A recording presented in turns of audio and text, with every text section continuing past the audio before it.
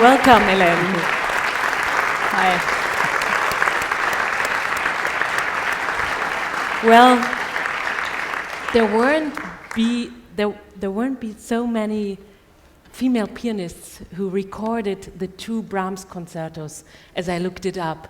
And I really got the feeling when I listened to the recording and when I saw you within the trailer, you have to put so much energy in it, in this kind of music work. So how do you feel while performing it and afterwards? Are you exhausted? Yeah, sometimes you're exhausted, but I would say mostly you feel invigorated by what the music is giving you and also the public. That's also a big part of the equation, of course. Brahms seems to be, for you, a very important composer. And what's so special about his music, about his person, for you personally? Well, Brahms has always meant so much to me since I first encountered him many, many years ago through his Third Symphony, actually. You know, it's difficult to put words on the reasons why. It has to do with a certain soul chemistry, some affinities, but also for me what I admire particularly, first of all, I love this nearly perfect synthesis between classicism and romanticism. I think it's absolutely wonderful. And Andrus says something also very interesting about how his music is so cleansing, that there's something so wholesome about his compositions. In the structure, they're so harmonious from the form. The content is, there's something very appeasing somehow in those proportions. Something which I always found fascinating in Brahms's music is also this pulsation, the rhythm. I don't know if you've noticed that somehow the fast tempi are never really fast. The slow tempi never really feel slow either. And this has to do with the texture, I think, of the writing, the contrapuntal element. And then this very special quality of emotion, which I describe as looking back onto the day that everything changed. And it's something which really tears at you. These will be a few of the reasons. Talking about the soul chemistry, as you called it, when did it start? When did you discover your Brahms? I think I probably don't remember exactly, but I think I was about 11 years old when my father brought home this recording of all 4 symphonies, by Karajan conducting. So how came you were deciding to record both concerts? Because I read that you had a strong relationship towards the first Brahms concert at first and discovered much later the second one. So when did you discover the first one, when the second one, and what led you think about record those 2 concerts? Well, the first one I actually discovered through the interpretation of Carlo Maria Giulini and Claudio Arrau. And I think if I remember, I was totally transfixed. There was something that really penetrated me. I don't know how to explain it. The music is going through you, but it's also embracing you. And it was really, I think, a life-changing moment for me. All of a sudden felt as if this music was going to be a refuge for the rest of my life somehow. Number 2, and actually my relationship to the first concerto hasn't changed, really. It is just as essential to me today as it ever was and ever will be, I expect. Number 2 was a very complicated relationship because I never could get quite so close to the piece. I had problems with the structure of it. I had problems with the last movement. I always found it quite anecdotal, so to say. Was, of course, just like so many other people are, so deeply touched by a lot of the moments in the concerto. The slow movement for sure, some transcendent passages in the first movement, the scherzo, which we all love, but still there was some element of distance somehow, which I was not able to get rid of. But then one day I thought, with the relationship I have to this composer and how many of his pieces I play, it is just unthinkable that I would not be playing at some point the second concerto. Mm-hmm. So that was in fact part of the problem. It was a concept decision, not something that came from the heart as it normally does. So it was much more an intellectual thing to play the second concert for you? And of course, in that sense, it became a self-fulfilling prophecy. I could not become quite so intimate with the piece under such circumstances. So I had to come to the realization that the right time hadn't yet come, and I had the wisdom to actually stop the relationship at that point, thinking, you know how we can rationalize everything as human beings. And so I thought, well, you know, very few people play both. A lot of artists play one or the other. Some artists play neither. I actually don't really have to play number two. Now I can say I did it. But and I knew that it wasn't the way I was capable of doing it too. So I left it aside. And then when I least expected it, I think end of 2010, or the piece manifested itself to me. And this time I knew I have to do it and it would be right. So what totally happened? Mysterious process. I can't tell you. It is always like this. I don't know why. I don't know how it takes place. Fate. Or musical fate. It must be. And sometimes you reconnect with a piece you hear it totally by chance on the radio, or sometimes it's not even that. Sometimes it's, I mean, of course, being that we know most of the pieces of the repertoire, even if we haven't actually played them, but we grew up with nearly all of them. So at some point they come and manifest themselves. It's a little, sometimes timid, sometimes powerful, knock on the door from the inside, and then you know it's time. And indeed, when you start engaging yourself with the piece, there is no other choice but to be doing it. Brahms waited 22 years to write the second Indeed. piano concert, so you could wait. So perhaps it's no coincidence that I needed as long to go from number one to number two. So listening now to those two concerts, what do you think about it? What kind of a development do you hear within those two concerts? Development of Brahms music. Well, I mean, it's. I think you could say more or less his entire life, even though technically there were still a few more years to come. But it's really quite remarkable because they're two totally different animals. As I've said before, I really feel that the first one, there's something so vital, so raw about the piece, even though it was actually reworked for nearly 4 years before it reached its final form. In the musical content, there is something there's an urgency which is, in the literal sense of the word, irresistible. Number two is something so different because it really, you really feel as if he's looking back onto his own existence, and not only the way that it was, but the way that it could have been. And it's a completely different journey, really. And you made a completely different journey for it, because one concert you recorded in Munich and one in Vienna. Did it help maybe to digest those two kind of recordings?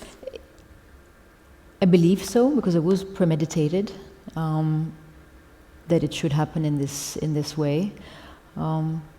I always thought of the D minor as a very, this is going to sound now very odd, a very German concerto in the best sense of the term, in its depth, in its tumultuous atmosphere, something which is in French you would say orageux.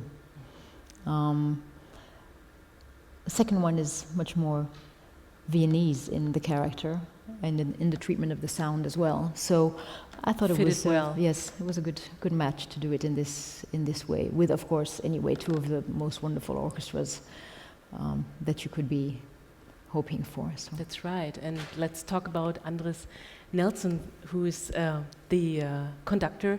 So tell us about the working together before you recorded with Andrus. There's one photo we can see within the booklet where you sit together talking about the work itself. So how did you communicate about it, and what kind of ideas did he had and did you have? Well, Andrus is an exceptionally intelligent human being and musician, but he's also a man of few words. And what I love about working with him is that it takes place on a different plane, really. You can, of course, always discuss the music. You know, in music you can do so many different things. You can play a certain theme a certain way, you can do it nearly in the opposite way, and it can be just as valid. Of course, it all depends on the context and the realization of it, but many different options are possible. And at the end, it has to sound as if the way you play it is the only option possible. It has to have a certain sense of inevitability. And with him, there is something so pure about the way he makes music. Well, those are the two words that come to my mind when I think of Andrus: pure music. That's what I've often said, and I really cannot change my tune, and I have no reason to, because it really, I think, perfectly depicts what he has to offer. There's something so marvelously expressive about his body language, his facial expressions. He radiates something so powerful from the energy and the intensity of the emotion, that he really takes you in his wake. I mean, there is something very, very strong. And you know, the wonderful thing about this type of collaboration is that you also get to experience it in a collective way, because you see how the musicians are. I mean, they would just give everything for him, everything that they have, and then some. Hélène Grimaud, as you have a synesthetic skill, which is very interesting for those who haven't, and the most haven't, unfortunately. So you see colors while listening to music or while playing music. So what kind of colors do those two Brahms concerts have for you? Well, for me, the color association is dominated by the tonality. So D minor is always dark blue. B flat is always yellow. And so, of course, the colors will change with every modulation in the piece necessarily, but the overall tone will be then determined by exactly that, by the tonality in which the piece is written. So there you have it, dark blue and yellow. Do those colors help you actually to play music, to think about music? To concept music, to feel music? No, it really doesn't. I would be dishonest if I would tell you otherwise. It's a beautiful thing to experience. It's also not systematic. It's not every time I play music or listen to music, but it's very, very often the case. I have often described it as a byproduct of an altered sense of perception somehow. I think when you're exposed to an art form as vital, as soulful, as passionate as music is in its essence, I think it is somehow sharpening other senses, and this is something which I think encourages those associations. Mhm. And if you say it doesn't happen always, when does it happen? When music touches you in a No, special way? I wish maybe? I could say that. It's also not the case. It's more it's really more random somehow. It has nothing to do with anything predictable or anything that you can sort of summon. So sorry if that's a disappointment. Talking about atmospheres, and again, well, looking your life, maybe you switched very often cities. What does this fact make with your music? Do you think it has an impact on it? Yes, it definitely does, because in every city you meet other partners, first of all. And even if you're playing a recital, then the new partner will be the audience, it will be the hall, the instrument. And so every place takes on its own very specific atmosphere, ambiance, you could say. And the wonderful thing about this, and this is probably why I'm still doing ce métier, no? After 25 years, 27 years now, is that it's always something different. And for someone who used to get easily bored, that would be me. I think it's a real privilege to be experiencing this possibility for renewal. Easily bored by what exactly? By things which I seemed to have grasped the concept of. If there wasn't anything more intriguing, more challenging, more demanding, then I lost interest. So this element of freshness, of something which is always, which lives anew with every new encounter, every new constellation. I mean, look, even on tour, if you're playing with the same partners every night, it's never going to be the same. If you play, let's say, 3 nights with the LA Phil or Berlin Phil, as the case may be, the same thing. Those 3 nights will be 3 completely different experiences. So, am bestens, you have this crescendo. You go from the first rehearsal, in fact, even before the first performance takes place, and then you have this common growth that you can experience together. Sometimes the path is more in a sort of wave design. It can happen too, and that's really the beautiful part. That's what keeps me at it. But being a musician for more than 25 years, as you just mentioned, when did you decide actually to become a professional musician? I never really decided it. It sort of just happened. I mean, I knew that music was going to be part of my life from the very first time I experienced it, but I didn't know in what respect, in what form. It didn't really matter anyway. But then before I had the chance to decide really what I wanted to be, I had already made my first recording, and then all of a sudden it came out, and before I knew it, I was performing.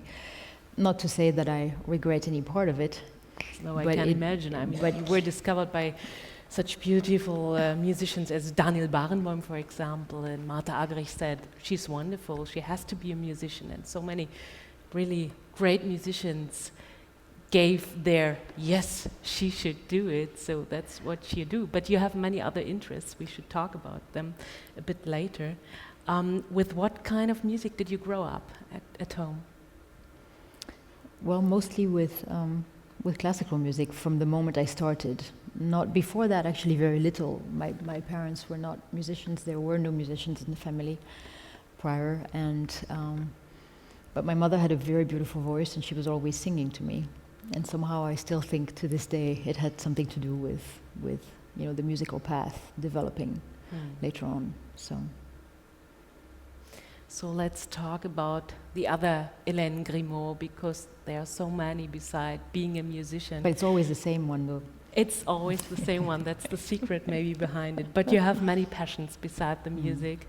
So you're very engaged in terms of environment, for example, animals and also children. On what kind of projects do you work right now?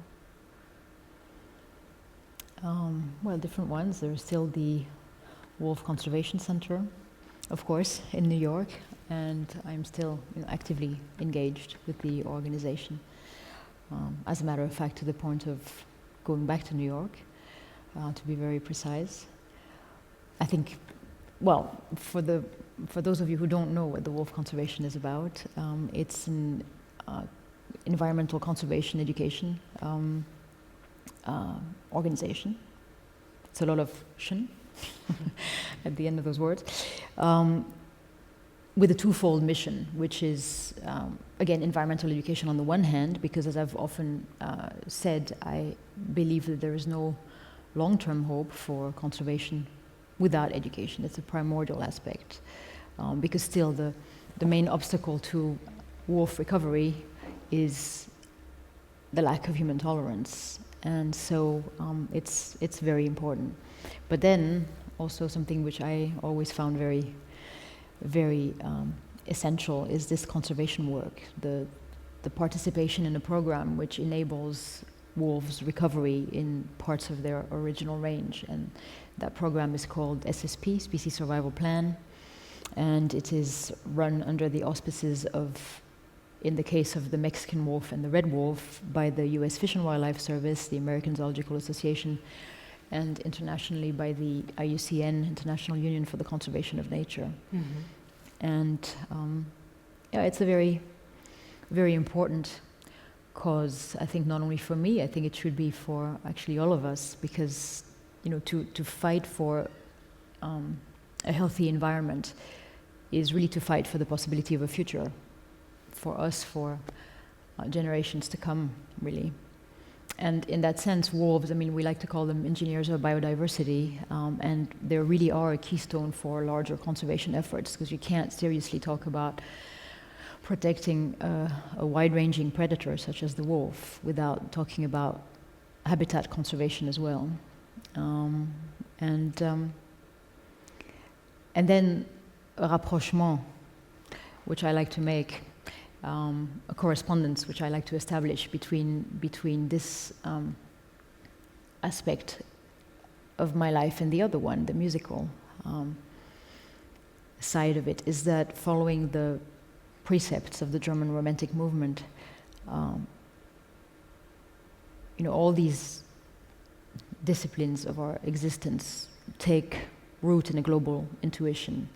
And I think that one of the main dangers that we are exposed to at the moment is that things are so disconnected, so specialized, but to the point of losing sight of what the ultimate purpose, what the ultimate goal is.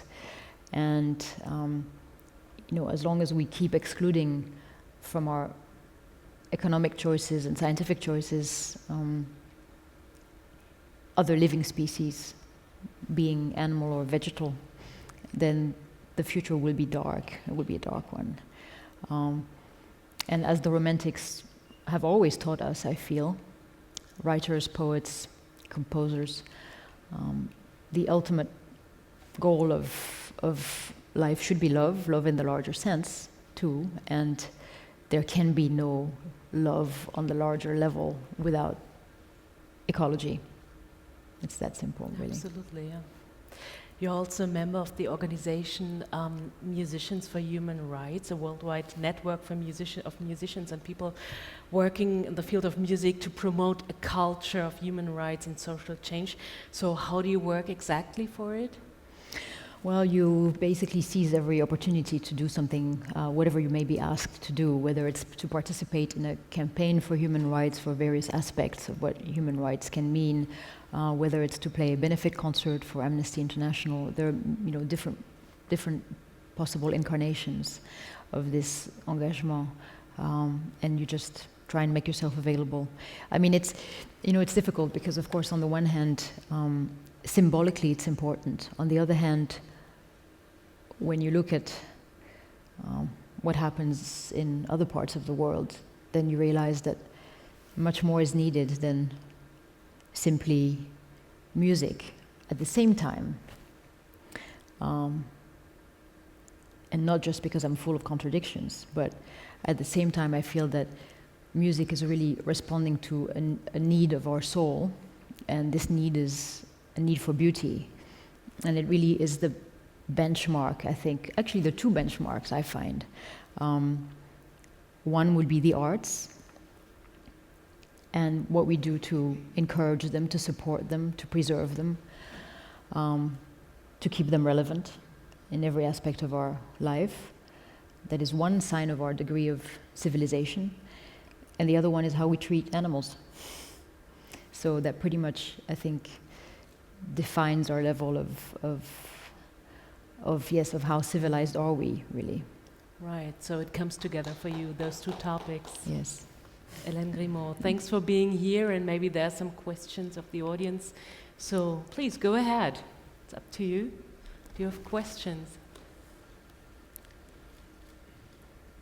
It's a beautiful opportunity to meet the musicians. Oh yes, thank you for bringing up the lights, because it was a little bit of a dark, so dark hole out there. Yeah, there's a question. The guy here. So the mic is coming. Hello. Hi. You mentioned earlier that sometimes it takes time for the music to manifest itself into your soul.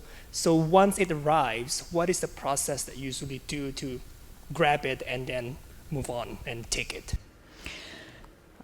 You roll up your sleeves and you get down to it. That is, of course, the surest way of getting started.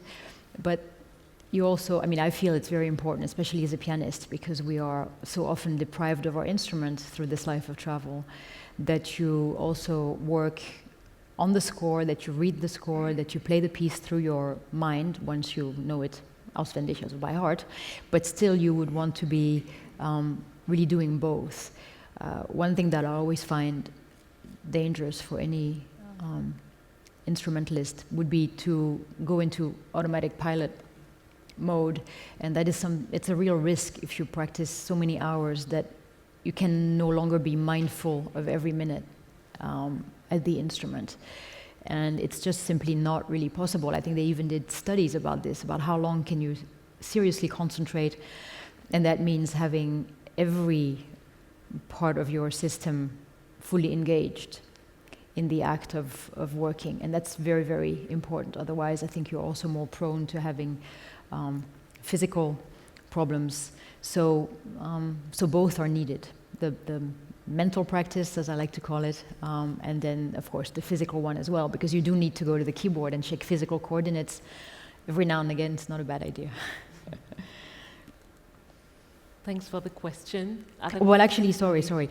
What I also would like to say is that once you have established this first degree connection with the piece, you also have to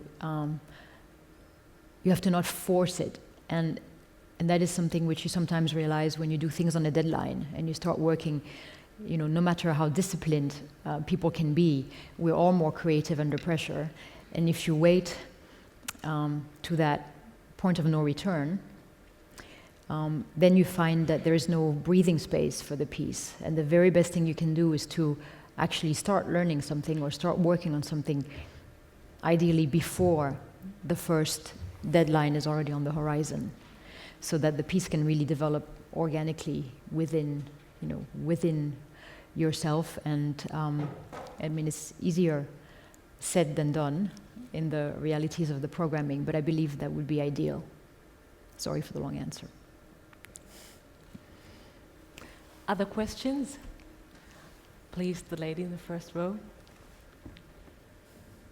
How long do we have to wait to read your next book? Actually, I just finished the last book, but it's coming out.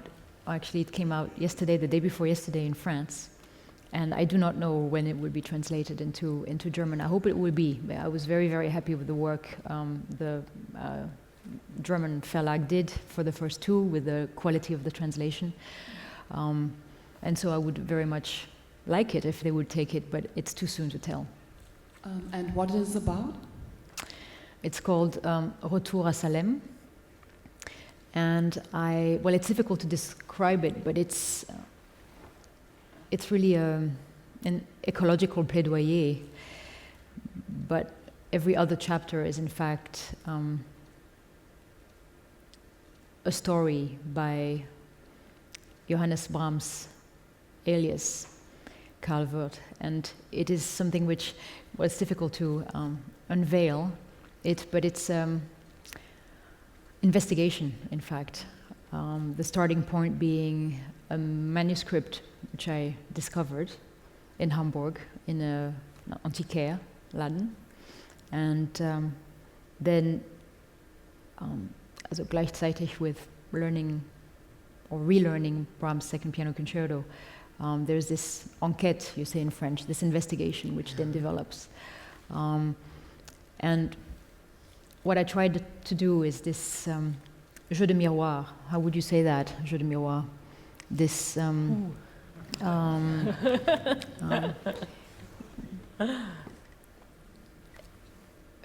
yes, we are exactly Spiegel. That sounds funny, but it would be something like that, and to bring together all the really essential poles of my existence. So being ecology, music, Brahms, poetry, and of course the wolves. Okay, thank you. So again, Brahms. So this person is really important for you in your life. Yes, he very much is. So as you told us, you made research, you went to archives in Hamburg to look for what exactly? Oh, well, I can't tell you because that would reveal too much. So it's well, you know, both Johannes Brahms and Robert Schumann, I think of all composers, are probably the two who created or tried to create the most links, connections, bonds between music and literature, music and poetry. And, you know, I discovered that Brahms liked to write as well. Mm-hmm. Didn't have the same literary ambitions as his mentor, Robert Schumann, but still, that he was doing it under this pseudonym. And so it opened the door to all sorts of possibilities. Also found some letters between Brahms and Max Klinger, this wonderful German graveur. Mm-hmm. Was a Mäzen, as far as I know, wasn't he? Well, he was an artist, really, himself. Painter, but graveur, how would you say? Somebody help me. Misha. Graveur. Graveur, yeah, It's exactly. the same word. So, so that's also a big part of the story, in fact. Beautiful. So we get to know another side of Johannes Brahms, maybe. I hope so. Okay. Other questions? Yeah, please. Coming to the bored fact or being tired, reading your books, we can see that there was a phase being tired, being bored a bit of concerting and rehearsing and so on and so on. How did you overcome this, going back into life and getting the spirit again of making good music? Well, that was the departure point for Leçons particulières, for the second book. I mean, you have to see it also as a pretext for telling a story. That's also the reality of it. I mean, I've always been aware of the danger of this lassitude. Well, I haven't used my French so much in a long time, I think. So being aware that this is a serious risk and having come fairly close at that time to, to falling into that sort of apathetic sort of state, I like to think that I reacted before it got to be, it wouldn't have been too late, but it would have been really a shame, because there could have been an interruption of things. It wasn't at the time. Oddly enough, it was actually a few years later, after writing the second book. But to try and answer your question in a better way, I would say vigilance, mindfulness, it's really always the same things. You know, sometimes people ask me about making music, writing, taking care of the wolves. I think in the end it's not really what you do, it's how you do it. And it doesn't really matter what activity you engage yourself with, from love to raising your children and everything in between. Ideally, it should be done as a spiritual experience, in the sense that you engage everything that you have, you invest your soul, you do it with generosity, you do it with honesty. Again, it's easier said than done, but if you do it and you give it everything you have, it is the best way of keeping it vital and keeping that a source of energy, of something which, to go back to your first question, something which is reinvigorating, which really infuses you with energy and keeps you going. And yeah, in terms of giving life a sense, actually, isn't it? that's right, and always looking further for what that sense might be and what incarnations there are for it in your life. Of course, it's different for everyone. There isn't one recept for it, but it's a perhaps small piece of advice, and I have to remind myself of it constantly, because it's so easy for us, especially for us humans, to be in this multitasking, distracted being. And a good friend of mine used to say, a wonderful veterinary medicine scientist used to say, you know, we have to stop being human doings. We have to go back to being human beings, because we always do too much. And again, it sounds very simplistic, but it's very true, and we all need time for this voyage on the frontier between the world we know, this visible world, and the other world, l'autre monde. And again, to go back to the territoire de prédilection, mamma mia, the heartland of the German Romantics. Here we go again. So it's something which, you know, they were always fascinated by the idea of the fantastical, something fantastic, and again in the literal sense of the word. And I think it's very important to try and stay connected to that. And this is something which is enabled by, in my mind, again, two things: contact to the arts. It doesn't have to be music. For some people, it's the visual arts. It can be something else. And with animals, because they keep you honest, they keep you strong, and they make every cell of your being the most sensitive that it can be. Because most of those cells are somewhat extinguished in the everyday life. And so it's what I would recommend. Brings you also back to the basic questions of life, I think, dealing with animals. Yes. Or being yes. confronted with what is animals. essential. You know, it helps you put things in perspective, really. So. Well, further questions? Yes. Yeah, please. Apropos German composers, what are your views on Bach? And are you playing anytime soon? There was a time when Bach was a nearly daily presence. It hasn't been in a while, but I would still have to say that Bach is the foundation of everything. Perhaps the most universal music that you could ever hope to get close to. I mean, something literally, again, something unique, but which sort of sheds in all possible directions. And for me, it's perhaps the music that is the best proof that there really indeed is something out there. Call it God, call it subconscious. It's and you can feel that was also what happened to him, that something else was guiding him when he was writing his music. In this case, it was definitely God. Could be something else for the rest of us.